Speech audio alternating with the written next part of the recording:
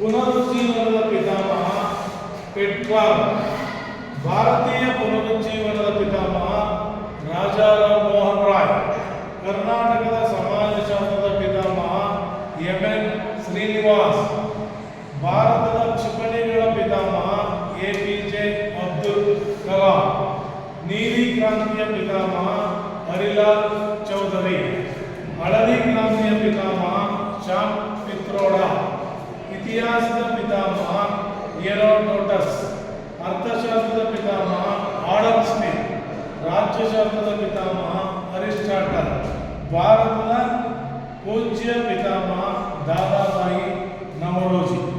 ನಿಮಗೆ ಈ ವಿಡಿಯೋ ಇಷ್ಟ ಆದಲ್ಲಿ ಲೈಕ್ ಮಾಡಿ, ಶೇರ್ ಮಾಡಿ, ಕಮೆಂಟ್ ಮಾಡಿ, ಸಬ್ಸ್ಕ್ರೈಬ್ ಮಾಡಿ.